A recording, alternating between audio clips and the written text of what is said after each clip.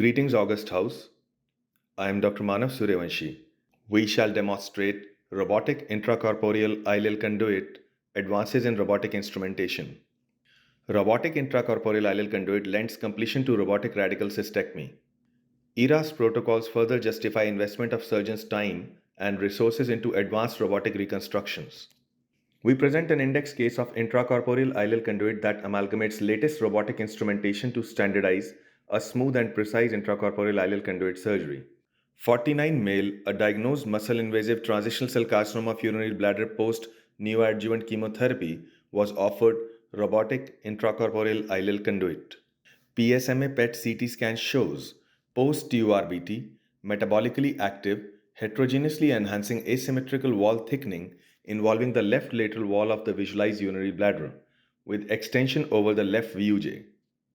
Few metabolically inactive right internal and external iliac lymph nodes were seen. Rest was normal.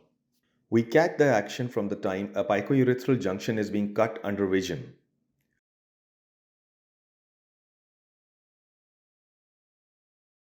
Specimen is bagged and kept aside.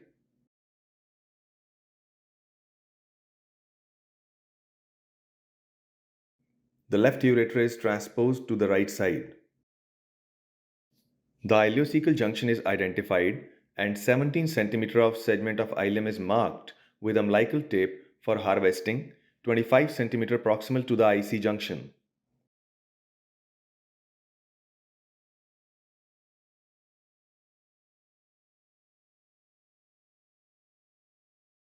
Robotic staplers loaded on Sureform 60 gun 3.5 mm thickness are fired at both the ends to separate a 17 cm segment for creation of ileal conduit.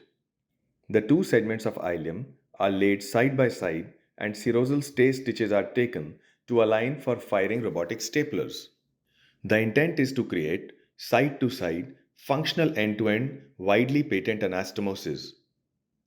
The stapled ileal ends are opened and the intestine made to glide over the open stapler jaws. On being sure of the alignment, 65 mm stapler is fired to create a widely patent anastomosis.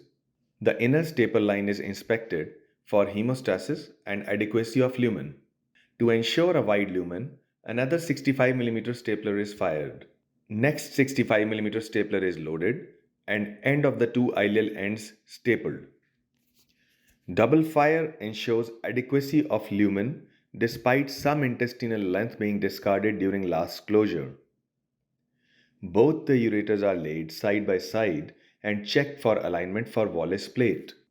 A liberal 2.5 cm incision is made proximal to the distal closed ends of the ureter on the anterior surface. A 4O PDS is used to take apical sutures under vision.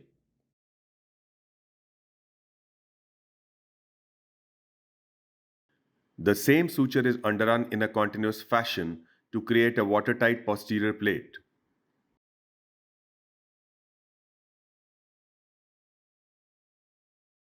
The proximal end of the ileal conduit staple line is excised.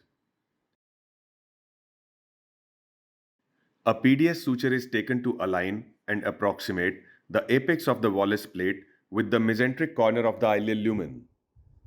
The same suture is underrun in a continuous fashion to create a watertight posterior ureteroenteric plate and knotted at its culmination.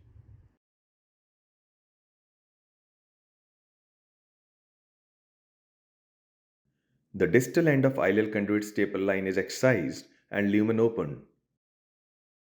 An infant feeding tube is placed in right lumen of the ureter up to the pelvic ileal system. A bowel grasper is introduced into the ileal conduit to pull this infant feeding tube out of the distal ileal conduit mouth.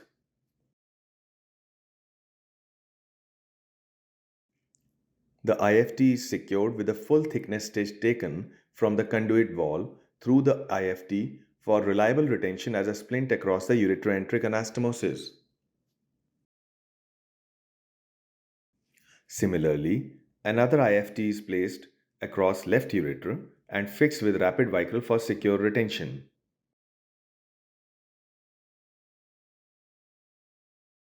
Both infant feeding tubes are marked for identification of sites that they have been used to splint for better post op management.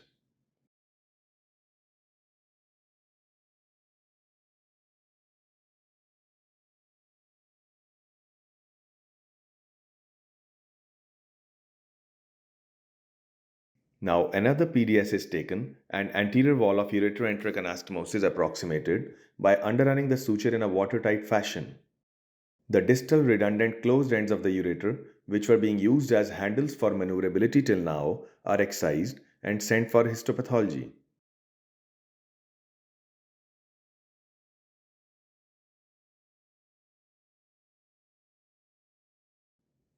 The bagged cystectomy specimen is brought into pelvis for retrieval.